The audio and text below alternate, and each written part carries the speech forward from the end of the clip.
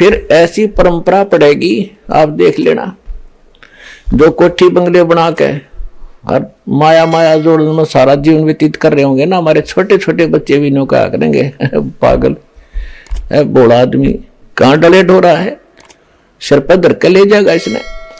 अपने आत्माओं जैसे पहले कहा करते थे बुढ़े बुजुर्ग के, इतना क्यों जोड़ कर धर रहा है इसने कि छाती पर धर के ले जाएगा, तो कुछ भी ना लाता, इसमें से खर्च नहीं करता।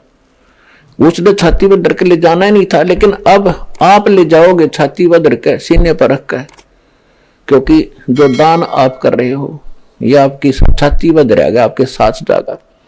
और जो भक्ति कर रहे हो, जो सेवा कर रहे हो, जो परमार्थ कर रहे हो, ये आपकी छाती पर रखा गया।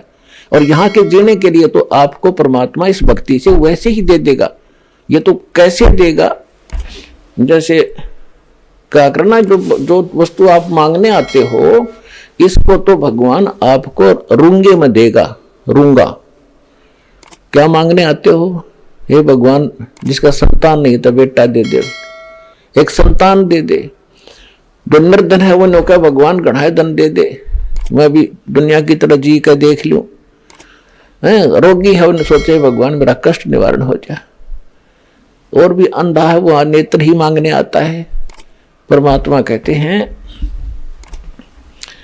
कि ये तो जो वस्तु आप मांग रहे हो ये तो हमारा इशू ही नहीं है कि केवल यही दें आपको, ये तो हमारा बिजनेस भी नहीं है। ये तो वैसे हम वैसे देने पड़ते हैं आपको। जैसे आपने देखा होगा कई व्यापारी लोग वस्तु कुछ बेच रहे होते हैं, कुछ व्यक्ति अन्य आइटम मांगते हैं तो वो कह देता है कि ये हमारा बिजनेस नहीं है। वैसे कोई मांग लेता, ग्राहक इसलिए रखा है ले ये भी ले जा, बाकी हमारा बिजनेस कुछ और है।